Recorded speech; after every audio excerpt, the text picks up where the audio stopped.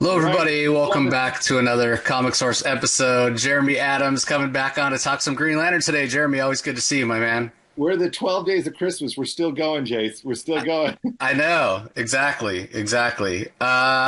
So just so everybody knows, the Fractured Spectrum special is now on sale January 15th rather than January 8th. So we're talking about this, just a little bit early, not the week that it comes out like we originally planned. But I've had a chance to read it. It's a really important, I guess, chapter for the next start of your Green Lantern epic, and it's a great jumping on point. Would you say that's true? Yeah, I'd say that's true. I think this is part of my plan of trying to go weekly, just like green or like, when we bi-monthly, like when I did the Flash, like I kept poking until yeah, no, it's a great like it's funny. At the end of the Civil Core, I really wanted another issue because I thought that could have been longer as far as a fulfillment. Um and then this came about like me begging basically. So it's like, okay, we can do a special that will kind of wrap up what happened, kind of show the new status quo, leave a lot of mystery on what's going on in terms of Guardians and but pick up on the threads of like Guy Gardner, you know, and what he's going on. But I freaking love Vken.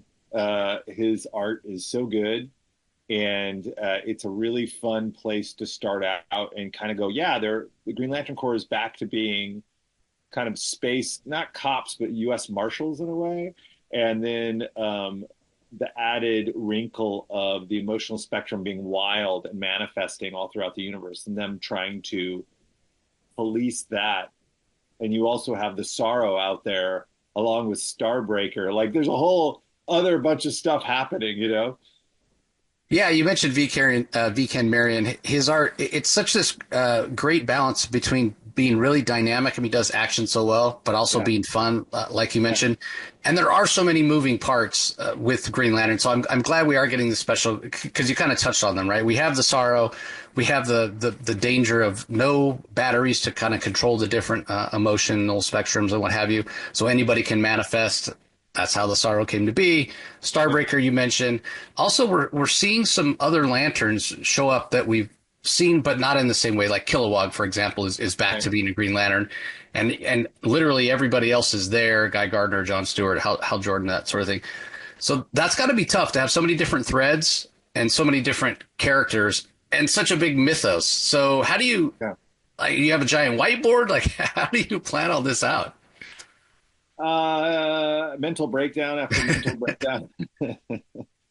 um, I don't know. I mean, it's always like it's always. I feel like it's a sub processing unit that's always thinking in the background about what's going on, and then Paul Kaminsky, Jillian Koblish, and not Jillian Koblish, sorry, Jillian and I get together with Morgan, and we've started planning out what's going to happen in the next year, and where both, the both of them, like both series, how they're I've lost you for some reason. Where both series are going to head toward, because I think we're trying, like, to me the heyday was Jeff Johns and Tomasi, and it was like you read Green Lantern, you read Green Lantern Core, and there would be strands that tie them together, but also they would tell their own stories. I think Core is going to be a great way to really expand upon a lot of the stories for the other characters in the Green Lantern Core. Green Lantern, the main one, will continually focus on how, though I was asked to bring in Kyle and a couple other characters as kind of like a subplot. Um, but they're all trying to, there's kind of a race against time to stop the sorrow and Starbreaker, and that will present its own little wrinkles. And then there are other wrinkles happening with other characters and other pieces. And um, it's a lot. It's a lot.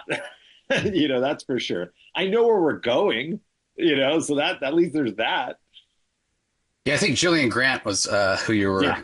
Yeah. Yeah, who. There's too many, it's so funny, all the names, and I'm just like, I'm on a lot of energy drinks. This is the first day my kids are back in school. So yeah, forgive me, Gillian Grant. She's Yeah, and awesome. then And then Morgan Hampton, your writing partner on Yep. Green Lantern Corps, everybody, which that first issue of that comes out February 12th. And this issue, the Fractured Spectrum, definitely seems to feed into that, as well Yeah. as Green Lantern 19, which comes out at the end of the month, the last Wednesday of this month. So when we're talking about that, when we're talking about building this up, one of the other things, we're mentioning all these different aspects of the Green Lantern mythos that you're bringing back and tweaking with the batteries and what have Yeah. you. One of the other things is the Guardians. The Guardians of the Universe are back for the first time in a really long time, but in a different way. So obviously we don't want to spoil. We want everybody to check it out for themselves. But Yeah. I did notice they in the Fractured Spectrum special they're wearing maybe unique for each of Yeah. them. So what can Yeah. you kind of Yeah. tease about the Guardians? Yeah, that when John Stewart created the Source Lantern in Jeff Thorne's run, I'm calling it the Source Lantern. I'm not entirely sure what it was going to be, but that's what it Right. is now. I like the idea that subconsciously he was using it to kind of, heal the Guardians who had left, got hurt at the beginning of his run and then disappeared. And so I thought, oh, this is a great way to tie up that little Easter egg, that little thread. But also because that balloon was popped a little early, I think those Guardians are kind of in a weird primordial state. And so they are Guardians, but they're not wizened, and maybe I don't want to spoil too much, but they are going to be kind of, at least right now, have aspects of the different emotional spectrum. So they are Guardians not just for willpower per se, but also other things. Yeah, that's one of the things that came up that I find to be really fascinating that we've talked about before. When you talk about a lot of the other spectrums, you really are talking about emotions, things that people feel, anger, or in Nathan Broom's case, sadness, Yeah. which is just, it's so great. I mean, it's such an obvious spectrum that should exist. But with willpower, it's not really an emotion. Right. Right. So Right. is that something that's going to be explored as well? Yeah, I mean, I've said it a couple times now, and obviously I hit it a little more in the Fractured Spectrum special, and even in 19. Is I'm the same way. I don't think of willpower as an emotion. I think of willpower as an anchor to emotion, and that's kind of how in our everyday life it's like, oh, I'm being greedy. I have to use willpower to kind of like step out of that or step out of you know all sorts of things. It is the driver of like sometimes I'm not as loving and I have to use willpower to be more loving or to stop being loving toward people that don't deserve love.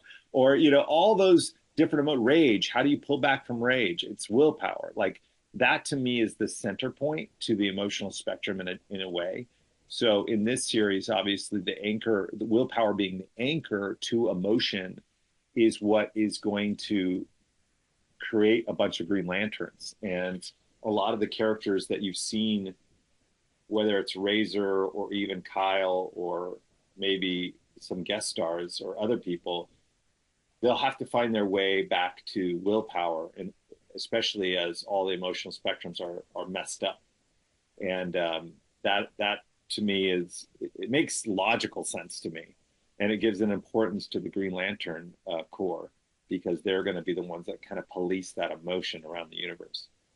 Yeah, and again, we don't want to spoil everybody, but once you see what Jeremy does with the Book of Oa, which is probably my favorite part of the Fractured Spectrum, I wish we had yeah, different covers for that, by the way, because that's yeah, that would also, have been by that the would way, have been some of great. this, what I love about comic books in a way is so much of this is just kind of strange happenstance, is like rolling with the punches of, I wanted to do a Guy Gardner Lobo backup and found out that, oh, I can't use Lobo.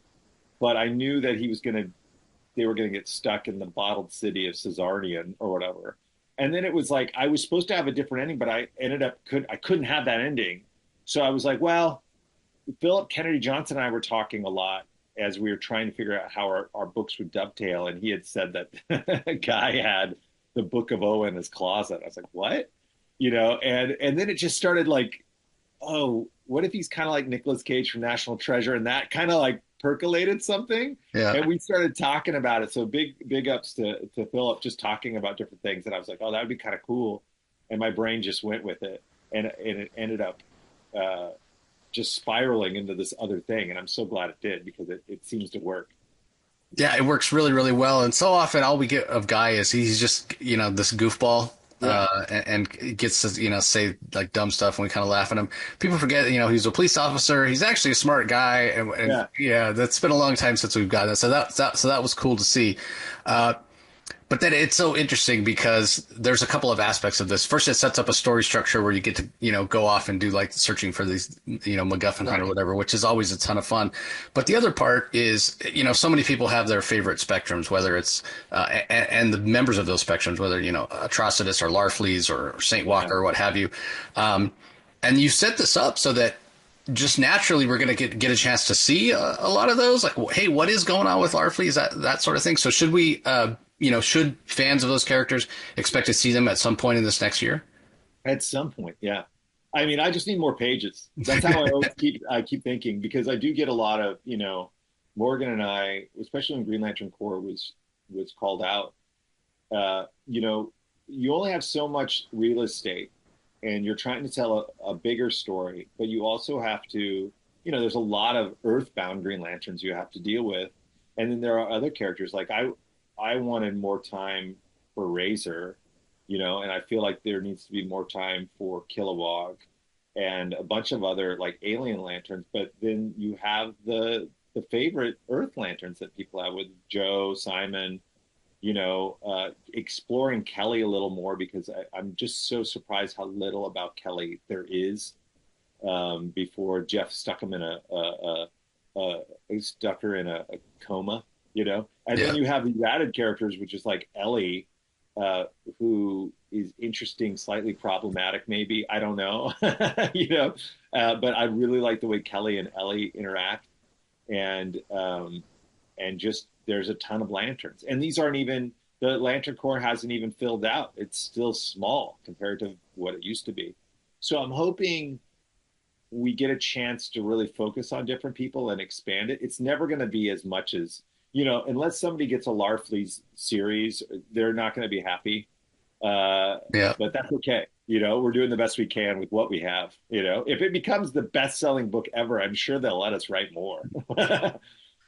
Well, I mean, does that factor into the fact that we are getting a Green Lantern core book? I mean, because that's the thing, we are going from one book to two, so it's going to get a little bit easier, I would think, to have a chance to see some of those other people show up, and in a 19, everybody that comes out on the 29th of this month, Yeah. we do see a couple of guest stars as well that are Yeah. being brought in for their sort of expertise, I guess you would say.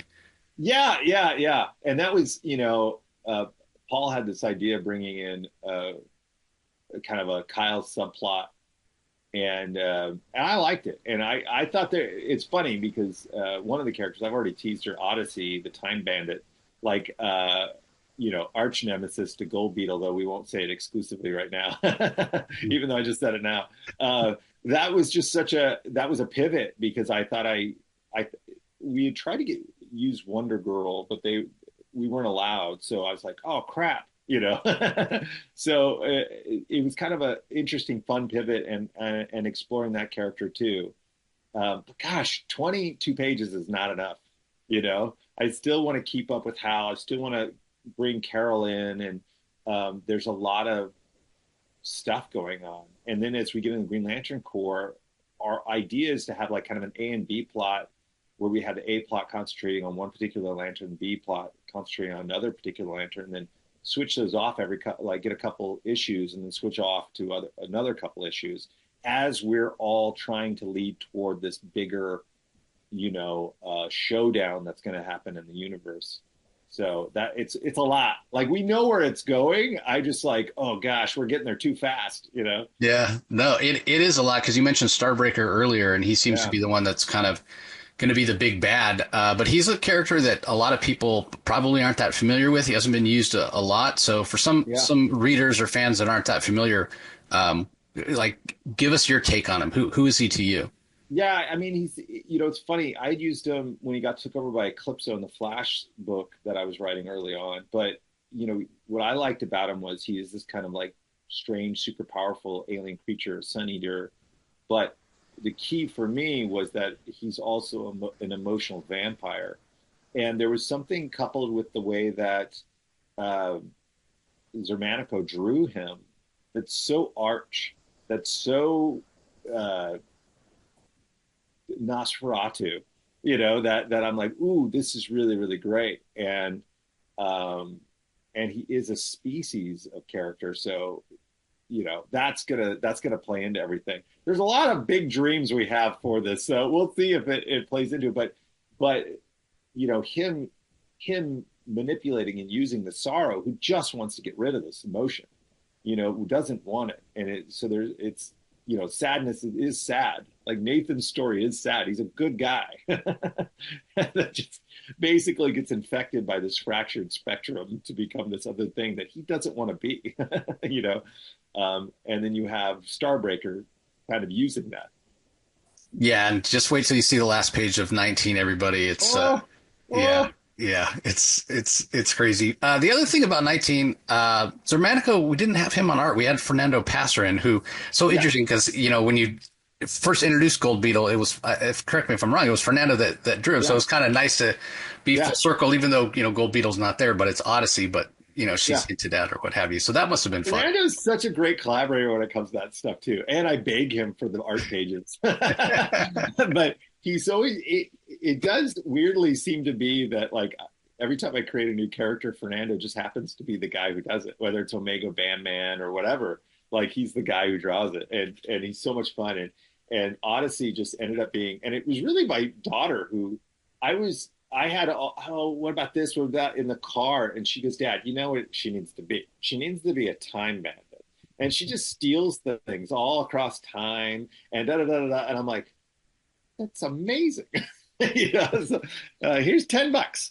And then it was like, and then I was like, yeah, yeah, yeah, this is great. Because in my head, and this, like, there are some stories that are going on in my head that probably will never see the light of day that are just ongoing. Like I have a Gold Beetle story in my head that I've been able to flesh out pretty good, um, and she links to that. Same with Omega Bandman. Same with Hawk and Dove. I'm always constantly like, hey, what's going on with these characters? Like, oh, you can use them. I'm like, great. And so you see on the All In special, like Dove saying something about, oh, Hank or whatever, and it's like people are like, wait, what's that about? And I'm like, well, in my head, it's a Yeah, in whole my head, saga, yeah. you know?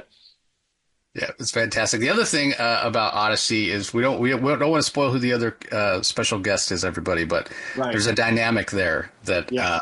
looks like it's going to be a ton of fun.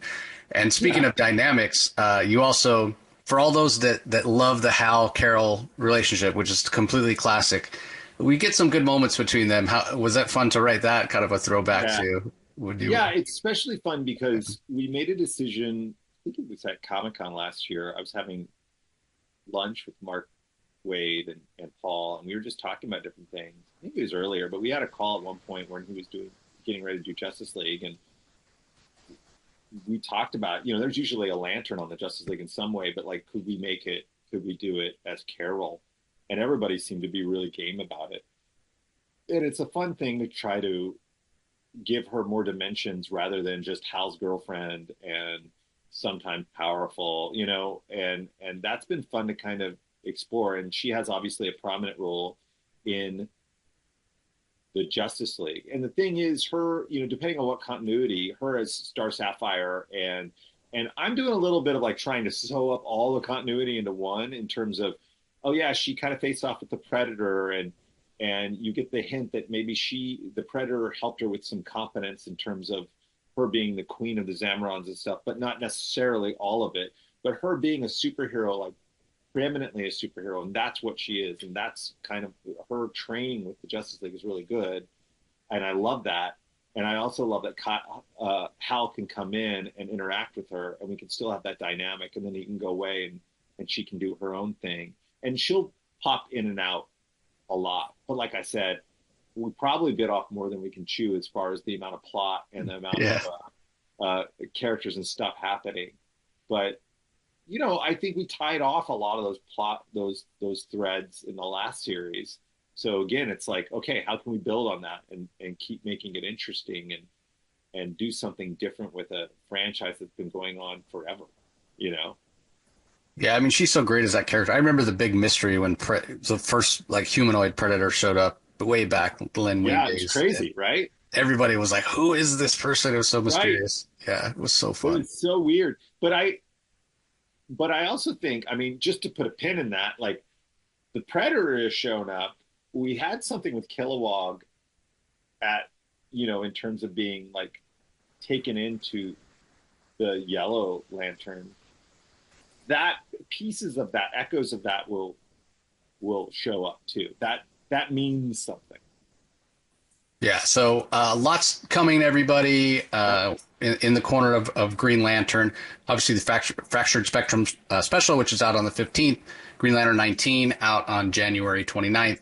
And then the second week of February, the Green Lantern Corps, along with co-writer Morgan Hampton's on stands at your comic shop. So, yeah, now's the time. Don't forget, pre-order. Tell your retailer, hey, I'm all in on the Green Lantern stuff. Make sure you Right. pull it for me every week. That's how you can really help out. But with all that being said, Jeremy, as we're closing down here, one last question, which is a question I love to ask, put creators on the spot. Of all these issues and everything you have coming up in Green Lantern, is there one particular moment or one particular scene that pops in your head that you're like, man, I can't wait till this gets out there to see what the reaction is from the fan base? Yeah. Uh, I'm trying to think what it is.